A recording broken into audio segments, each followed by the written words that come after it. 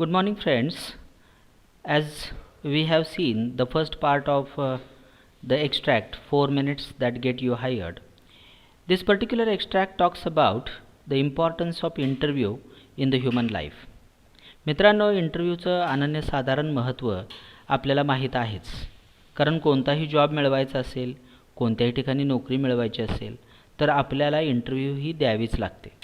मग त्या इंटरव्ह्यूचं स्वरूप कसं असेल किंवा ती इंटरव्ह्यू कशा पद्धतीनं कंडक्ट केलेली असेल किंवा इंटरव्ह्यू घेत असताना कशा पद्धतीचे प्रश्न विचारले जातील, अशा नाना शंका किंवा प्रश्न आपल्या मनामध्ये उपस्थित होत असतात. आणि मग हे जे प्रश्न असतात, ह्या प्रश्नांना सामोरं जात असताना किंवा यांना तोंड देत असताना काय लक्षात घेतलं पाहिजे, याची उत्तरं आपल्याला हा सध्याचा जो एक्स्ट्रॅक्ट आहे 4 minutes that get you hired, म्हणजे ही जी 4 मिनटं असतात इंटरव्ह्यूची की जी तुम्हाला तुमच्या आयुष्याची नोकरी देऊ शकतात, आयुष्याची कायमस्वरूपी भाकरी देऊ शकतात, तर ती कशी महत्त्वाची आहेत हेच या एक्स्ट्रॅक्टमधून आपल्याला समजून घ्यायचं आहे. In the first part of this extract we have seen that how a person of 28 years wanted to get job as a teacher and what he undertakes or what kind of efforts he undertakes we have seen in the first part. म्हणजे पहिल्या भागामध्ये आपण 28 वर्षीय एका व्यक्तीनं मुलाखतीमध्ये यश मिळवण्यासाठी किंवा एका तरुणानं आपल्याला एक टीचर म्हणून जॉब मिळवत असताना आपल्याला ग्रॅज्युएशन पूर्ण केलेलं आहे, इंटरव्ह्यू कशा पद्धतीने द्यायचं याची तयारी केलेली आहे आणि ज्यावेळी प्रिन्सिपलच्या समोर इंटरव्ह्यूसाठी तो जाऊन बसतो त्यावेळेस त्याच्या समोर आलेले जे प्रश्न असतात त्याचा अनुभव त्यानं या ठिकाणी शेअर केलेला आहे. First impressions are often lasting impressions. Indeed, if you play your cards right, you can enjoy the benefits of what sociologists call the halo effect. This means that if you are viewed positively within the critical first 4 minutes, the person you have met will likely assume everything you do is positive. लक्षात ठेवा की पहिलं जे impression माणसाचं असतं किंवा मुलाखतीमध्ये पहिल्या इम्प्रेशनचा जो इफेक्ट तो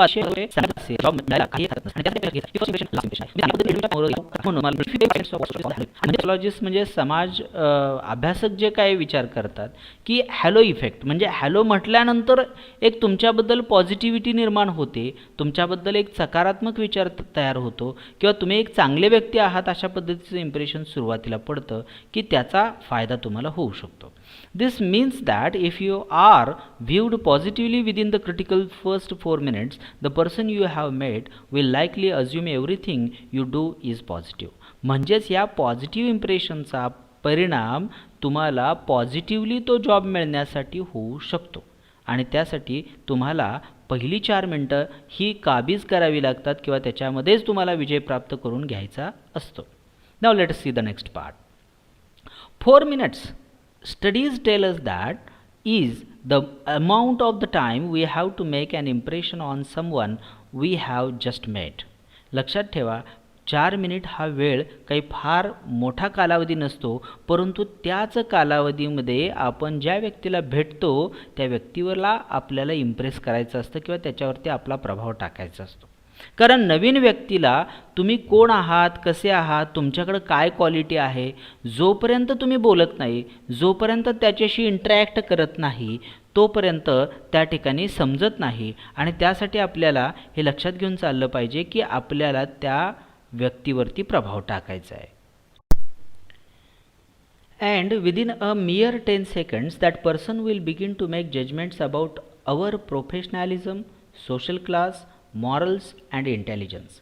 लक्षात ठेवा समोरचा व्यक्ती सुरुवातीच्या 10 सेकंदानंतर आपल्या विविध पैलूंवरती विचार करायला आणि त्याचं मत तयार करायला सुरुवात करत असतो आणि त्यासाठी आपल्याला हे लक्षात घेणं गरजेचं आहे की पहिल्या काही मिनिटांमध्येच आपल्याला त्या व्यक्तीवरती प्रभाव पाडणं गरजेचं आहे किंवा त्या व्यक्तीला समजून सांगितलं पाहिजे की हाऊ प्रोफेशनल एम आय किंवा in which social class I belong to किंवा what are the morals or the principles I possess and what are the various good intelligent qualities I am possessing.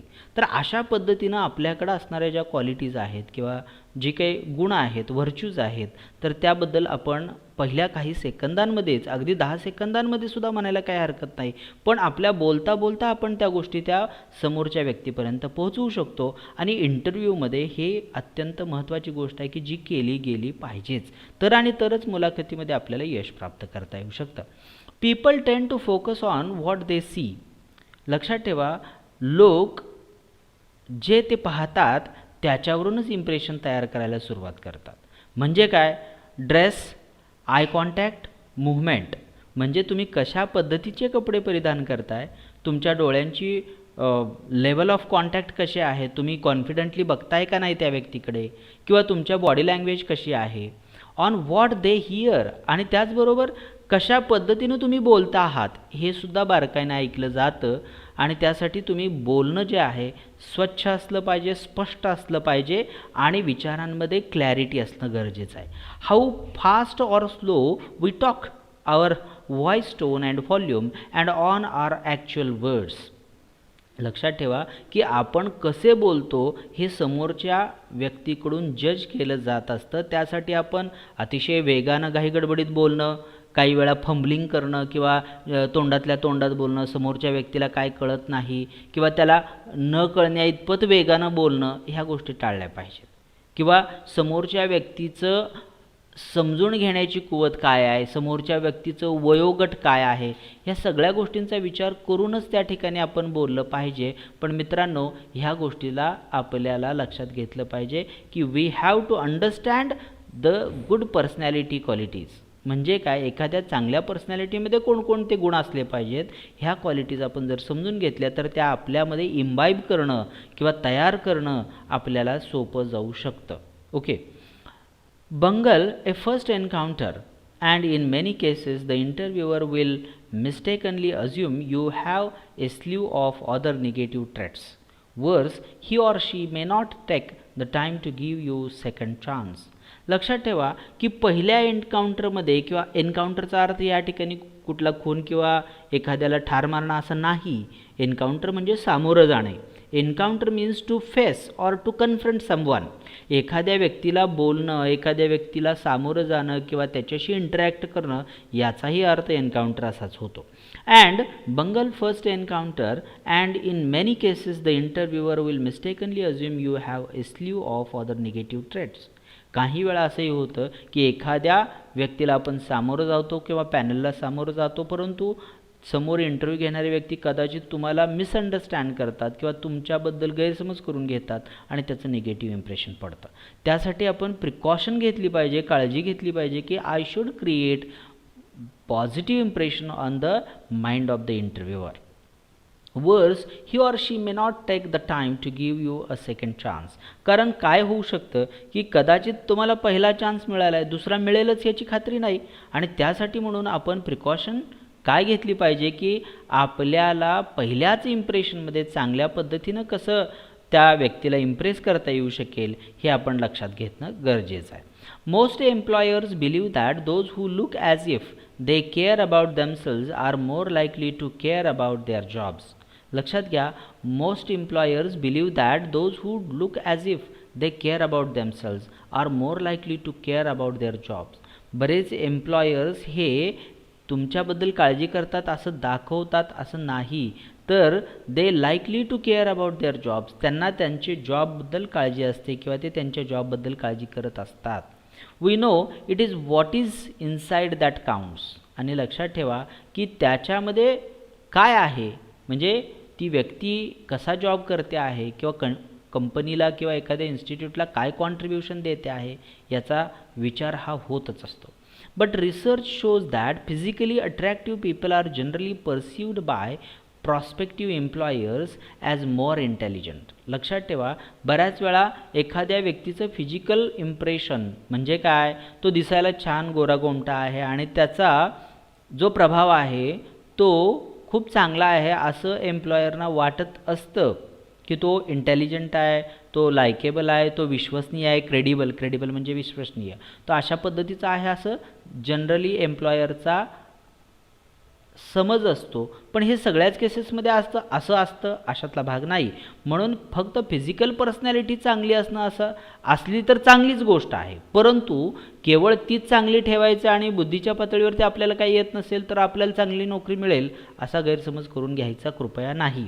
कारण आपल्याला बौद्धिक पातळीवरती आपली क्षमता सिद्ध केलीच पाहिजे आणि त्याच्यात ॲडिशनल म्हणून आपली फिजिकल पर्सनॅलिटीसुद्धा त्या ठिकाणी चांगली ठेवलीच पाहिजे.